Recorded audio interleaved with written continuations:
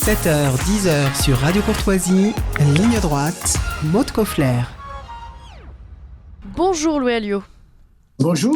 Vous êtes maire de Perpignan, merci d'avoir accepté notre invitation. Alors Perpignan fait la une en ce moment, d'abord avec le meeting de Jordan Bardella au cours duquel il a annoncé les 35 noms de sa liste des européennes, avec le premier printemps de la liberté d'expression aussi qui commence aujourd'hui, on en parlera tout à l'heure, avec Jérôme Bénard notamment, qui est déjà sur place. Et puis une actualité beaucoup plus sombre, le viol de cette jeune fille de 16 ans survenu il y a quelques jours en pleine rue.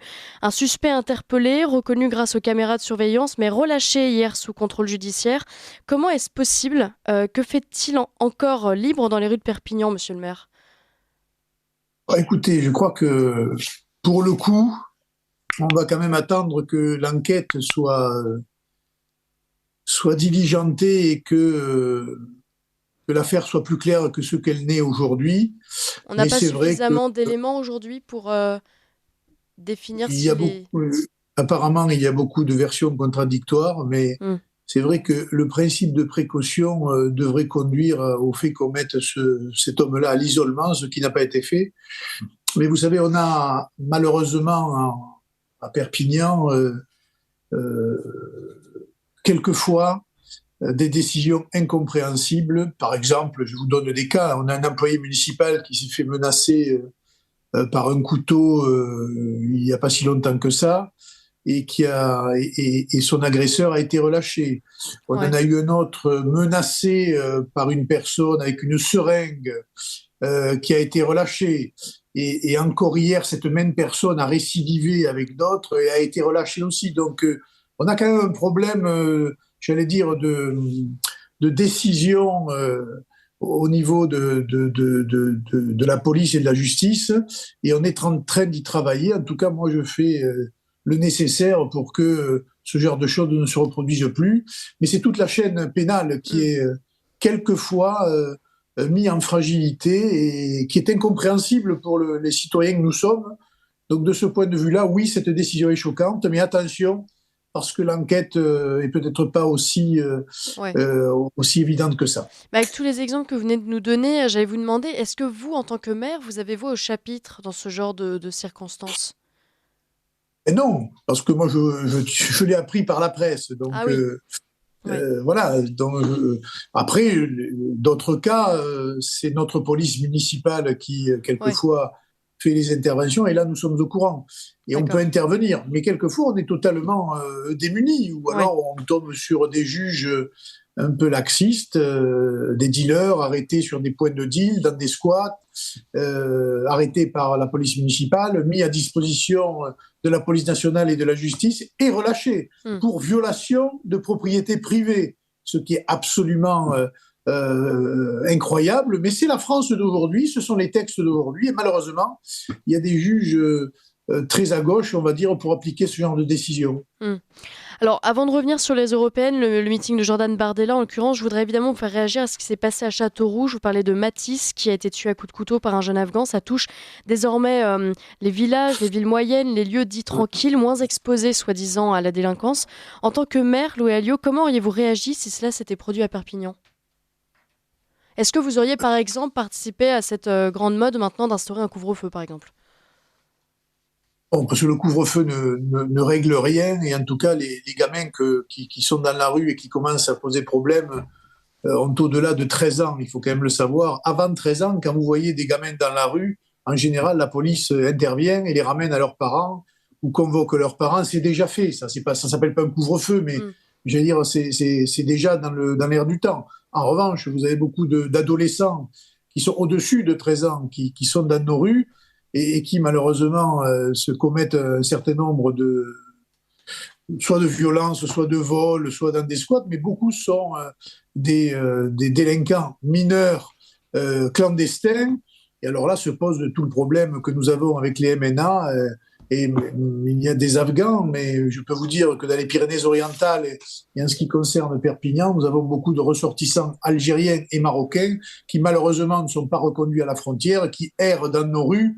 Comme Perpignan est une ville où il n'y a pas beaucoup d'emplois, ils ne restent pas, même si une partie s'inscrit dans la délinquance, les autres vont ailleurs. Mais la situation est dramatique et malheureusement, encore une fois, l'État même si elle fait son travail d'arrêter un certain nombre d'individus, eh bien, elle ne va pas jusqu'au bout de la logique qui est d'expulser ces gens-là. Et en plus, elle peut compter sur le conseil départemental de gauche qui, lui, achète des hôtels pour loger tous ces gens-là.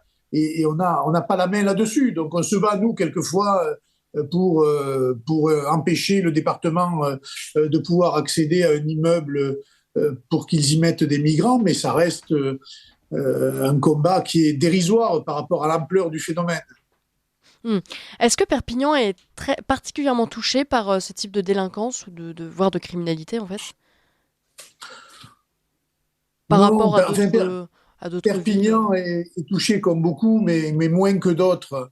Il est surtout touché par la drogue. C'est la drogue qui est en train de tout pourrir. Peut tout pourrir dans les écoles, tout pourrir dans la jeunesse, tout pourrir dans les quartiers. Et cette drogue-là, moi, ça fait 10 ans que je dis que cette drogue-là est un fléau. Les pouvoirs publics font des opérations de communication quelquefois efficaces, quelquefois inefficaces. Nous-mêmes, nous sommes mobilisés pour faire fermer un certain nombre de points de deal. Nous sommes une ville frontière et donc un passage de stupéfiants qui viennent notamment des pays du Maghreb, qui traversent l'Espagne et qui se déversent en France et en Europe.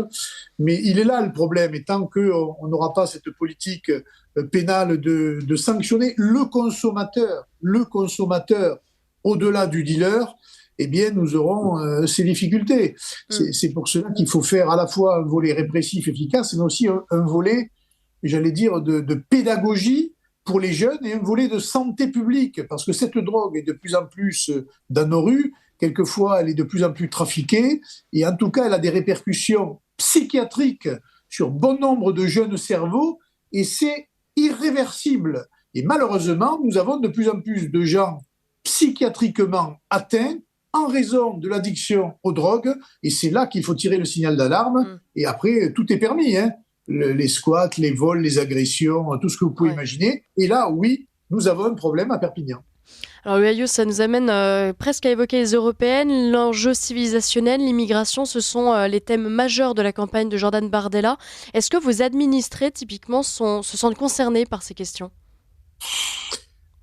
Tout le monde se sent concerné par l'immigration, j'allais dire même les Français qui sont issus de l'immigration, parce qu'il y a un trop-plein.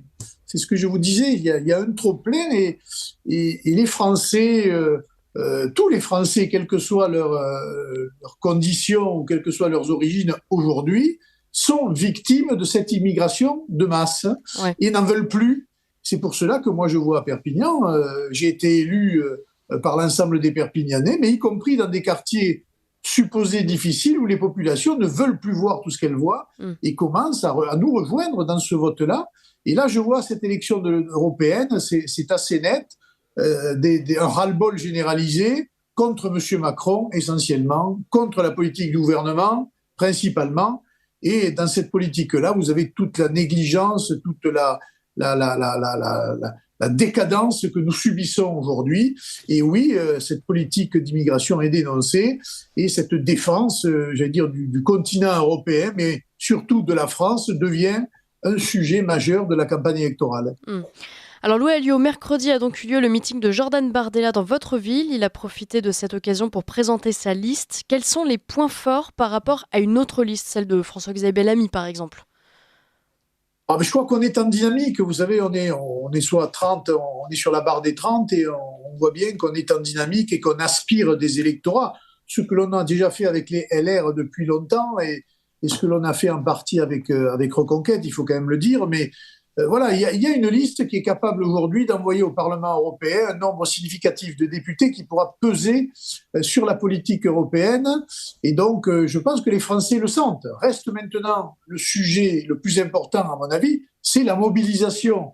Car on sait très bien que traditionnellement, cette élection n'intéresse malheureusement pas grand monde.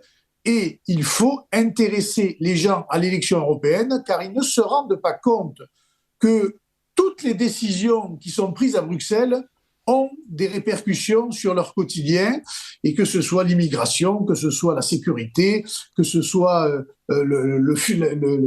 la fiscalité, que ce soit l'économie, que ce soit la concurrence déloyale, l'agriculture, les services, l'industrie, tout ça est j'allais dire, contingenté par l'Europe et il faut une autre politique européenne. Nous sommes l'Europe, nous sommes en Europe, mais nous ne voulons plus de ce système institutionnel européen qui est en train de nous transformer en énorme prison. Alors comment on fait pour sensibiliser les Français justement à ces élections ? Par tous les moyens médiatiques, Oui. de tracts, de meetings comme celui de Perpignan et en relevant les contradictions des candidats macronistes, socialistes ou autres qui défendent cette Union européenne. Mais ça, je crois que c'est intégré par la population depuis longtemps. Vous savez, la dernière crise des agriculteurs a ouvert les yeux pour beaucoup. Quand les gens s'aperçoivent que dans leur assiette arrive du poulet du Brésil ou d'Ukraine, qui est du poulet trafiqué, qui est mauvais pour la santé, comme on l'a vu récemment dans une commission d'enquête à l'Assemblée nationale, et qui pourtant passe nos frontières sans contrôle et se retrouve dans les assiettes des plus modestes, ceux qui ne peuvent pas se payer de la qualité, mais qui, en mangeant ces poulets-là, peut-être demain, auront des maladies. Tout cela, les gens l'ont intégré. Reste maintenant à peser à l'échelle de l'Europe pour empêcher ces décisions qui sont en train de ruiner littéralement la France dans tous les domaines. Alors Louis Alliot, vous accueillez également ce week-end la première édition du Printemps de la liberté d'expression présidée par Éric Nolot. Vous avez participé à l'organisation de cet événement ou pas ?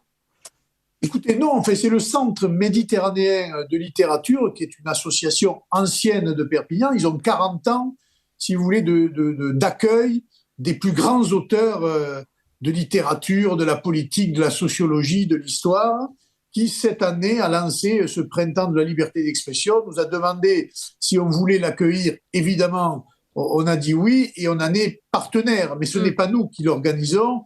Et en revanche, il y a un plateau de très grande qualité avec le parrain qui était Éric Nolot, avec Michel Onfray et avec des auteurs qui aujourd'hui, j'allais dire, dans l'opinion publique, ont un impact parce qu'elles contestent toutes la pensée unique, le prêt-à-penser, et elles s'inscrivent dans cette ligne de contestation générale qui fait que le wokisme ou l'idéologie de la gauche radicale, de l'islamo-gauchisme, malheureusement, a une imprégnation dans notre société. Oui, donc on n'aurait pas pu y voir Sandrine Rousseau, par exemple, à ce Printemps de la liberté d'expression. On n'aurait pas pu y voir, encore que, si dans un débat, Mme Sandrine Rousseau veut venir débattre avec M. Nolot ou M. Onfray, ou je suppose qu'il serait accueilli. Vous savez, quand vous êtes pour la liberté d'expression, vous êtes pour la liberté de toutes les expressions, y compris celles qui ne vous plaisent pas. Et à partir du moment où vous faites des débats, il est normal de débattre avec tout le monde. Mais vous savez, ces gens-là sont tellement sectaires qu'ils considèrent qu'ils ne veulent pas débattre avec nous et avec ce genre d'auteurs. Tant pis pour eux. Il y aura un public averti, il y aura un public intéressé par cette école de pensée qui est en train de s'installer en France et qui est une école de la résistance philosophique, de la résistance politique au meilleur sens du terme. Et ça, moi, j'estime que Perpignan peut devenir demain ce pôle de résistance à ces idéologies qui sont en train de menacer la France. Oui, c'est assez symbolique que ça se fasse dans un premier temps à Perpignan.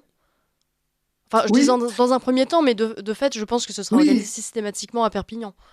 Oui, mais vous savez, c'est Salvador Dali qui a dit que Perpignan était le centre du monde. Alors, si on devient le centre de la contestation du wokisme et de l'islamo-gauchisme, on est prêt à y prendre toute notre part parce que je pense que c'est important pour tout le monde. Et encore une fois, c'est une première.